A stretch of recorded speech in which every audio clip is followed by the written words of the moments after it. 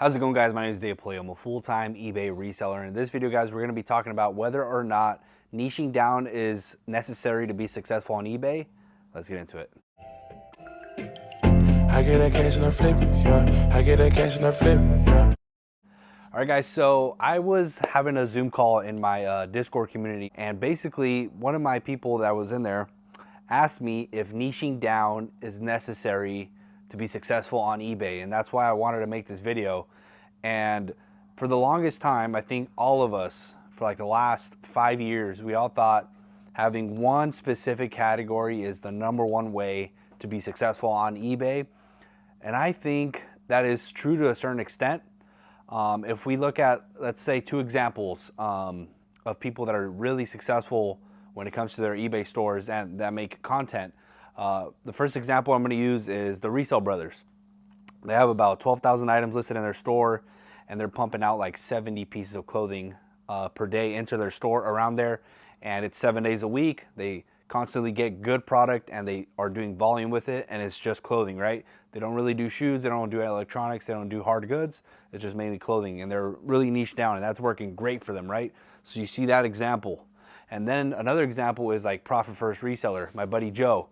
He is doing about, I don't think he has like a set listing goal in mind every day, but like some days he'll pump out 100 electronics, video games, and cables and stuff like that in a day. He will do like a heavy day of listing, and then like maybe another day will be 50, and then some days he just processes, but it's like kind of like volume, right?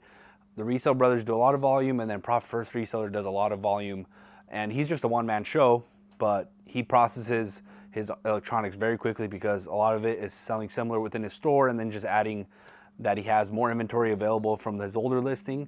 So that's how he's able to pump out a lot more. I used to do electronics. At one point I was doing 180 electronics a day. With smaller electronics, it's just the brand and the model number, and it's really easy to process those.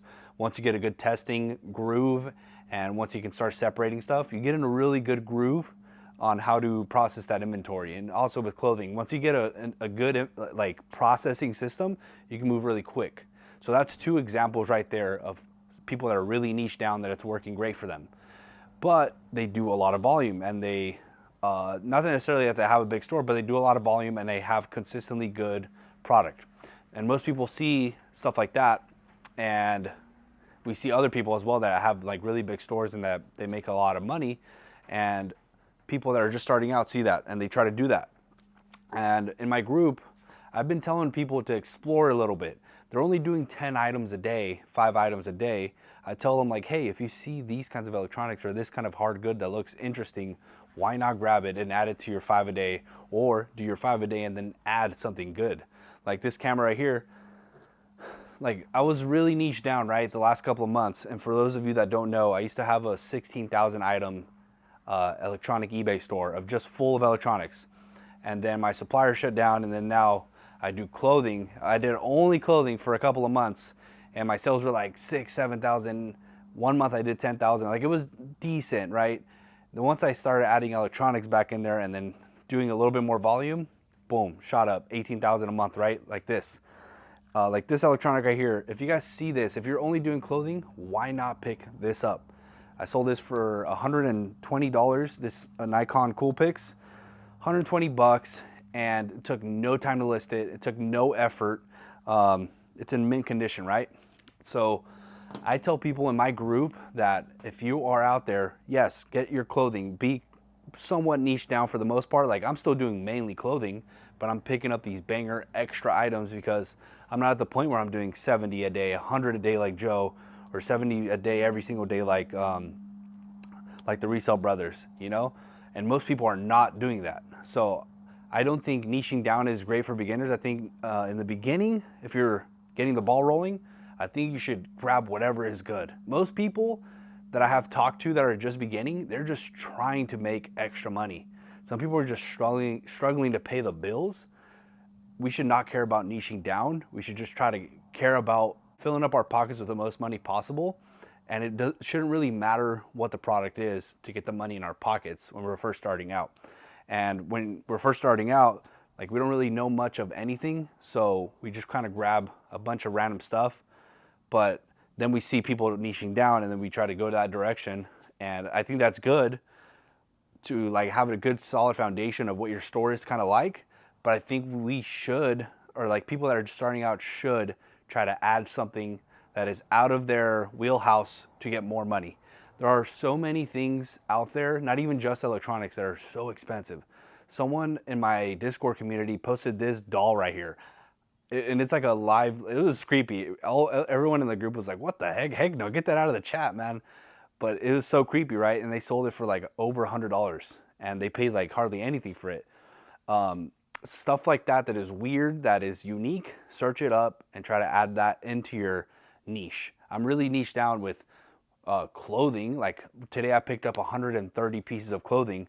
Like I'm doing mainly clothing, but I'm gonna add my 50, 60 extra pieces of electronics that are just bangers, that sell quick, that make me my $100 on average, right? And if I only did electronics $100 on average, I wouldn't have sold, let's say, I think this weekend, I did like $1,400 in sales in just pure clothing. I wouldn't have had that to fall back on. One of my buddies in the Discord community right now, he's doing 5 shoes a day. And then I told him any extra thing that is $60 and above, try to grab it. Even if it's one thing, try to add that into your inventory to get you that extra boost in sales.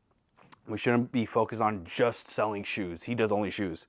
Only shoes, only shoes, only shoes when you're passing by $60 items, $100 items, $300 items. I think having a good variety of categories when you're first starting out is the best way to go. And then later on, as you scale more and more, then you can kind of niche down to one thing. Me personally, I think my plan moving forward, I just made a connection to get a lot of electronics potentially. We're gonna see how that goes. I'm gonna keep you guys updated on that. But I might be able to get pallets of electronics, just raw e-waste. If I can pull that off, it's gonna be a lot of volume, plus a lot of volume with clothing, plus a decent amount of volume with shoes. So it's gonna be 3 different categories that I mainly am doing, plus some extra hard goods that are just bangers, $300, $400, right? Like I'm still gonna pick that stuff up. So I'm gonna have to get really good at processing clothing quick, processing shoes quickly, and then separating electronics and testing out properly so my store isn't damaged with negative feedbacks like it was in the past. So how quickly can I funnel all those and do that at scale is gonna be the challenge I'm gonna probably go through if I can pull off with electronics. 3 different categories that most people are completely niche down on, and let's see if I could do that all at scale. Start doing like over 100 a day with those 3 kind of categories at like $50 average sale price. If I could pull that off, that's how we'll get to like the $1 million a year, right? With some help with my virtual assistant that does all my listings, and me working a little harder, and me having some help with my sister, maybe getting someone else to add pictures or helping me separate all these extra electronics. And I know that's kind of like saying a lot and a lot planned, but that's how I think that is the thing that's gonna take us to the next level, from being like at decent sales to crazy sales. And I can just get more clothing, more clothing, more clothing. But honestly, those electronics are just so good. Like electronics are great. Obviously not all of them are the same, but the ones I have been getting, I'm trying to get more of those and just only list the great ones. And I can get a bunch of raw electronics, raw pallets, separate the stuff that I want, wholesale the rest to local people that sell at the flea market. I have a good phone book connection list of people that I can call and be like, hey man, do you want this stuff cheap? Come take it.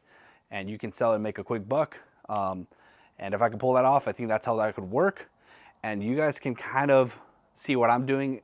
And I have a great example of someone that's kind of doing this at scale that is making a lot of money right now. Ethan Loans. I'm gonna tag his YouTube down below. He just started making YouTube videos. He's in my Discord community. He's doing $32,000 a month right now, and he is not niche down. He sells clothing, shoes, and electronics and hard goods. So he's doing really good. He's working really hard, getting a lot of product, getting great electronics, great shoes, great clothing, and he's killing it. So that's an example of that.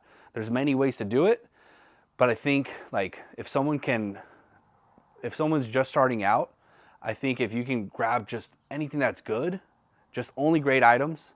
If you're listing 5, try to make it the best 5 possible, whatever comes, right?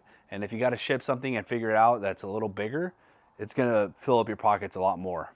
So be open-minded to niching out or getting outside of your niche and picking up some extra free money that's out there. We're already out there sourcing. A lot of people only go to thrift stores. If you're someone that has access to flea markets, which I know not everyone does, I suggest doing that thing where you grab a couple of things from different categories to fill up your pockets more, because that's the end goal with eBay, is to get more money. And I'm speaking kind of to the people that are just starting out.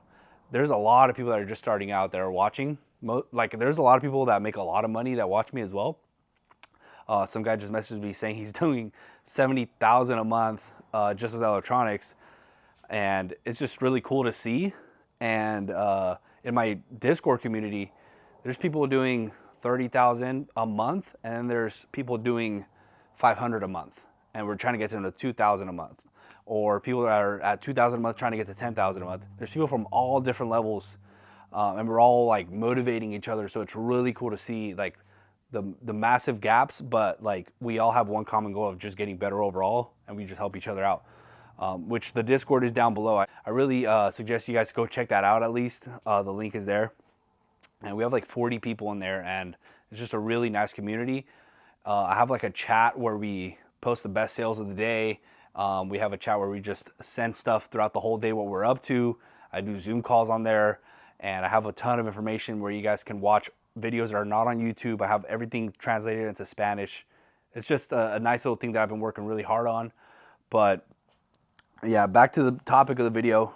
I don't think niching down is like the way to go for beginners. I think once you get bigger, that's more important because you're doing so much volume. It's going to be hard for me to start pushing that much volume with like 3 different categories, but I think it can be done definitely. Right now, what I'm mainly doing is like one day all clothes, one day all shoes, one day all electronics, and it just keeps rotating like that. And that's how we've been doing it, and it's going pretty good. But if you're beginning, like, yes, niche down, but add some extra stuff that looks interesting. If you see my videos, if you see other people's videos of something that sold for a lot of money, why not pick it up?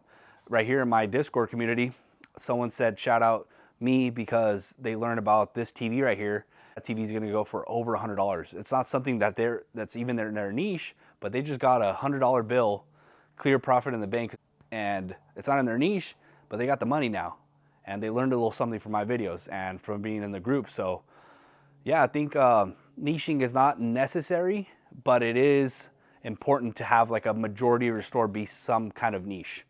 And yeah, sorry if I ramble on too much. It's an interesting conversation.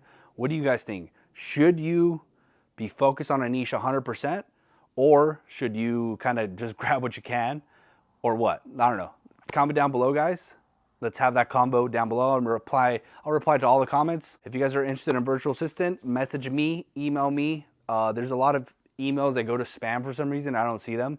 So if you had hit me up in the past and I didn't reply, email me again. I'm gonna catch you guys later.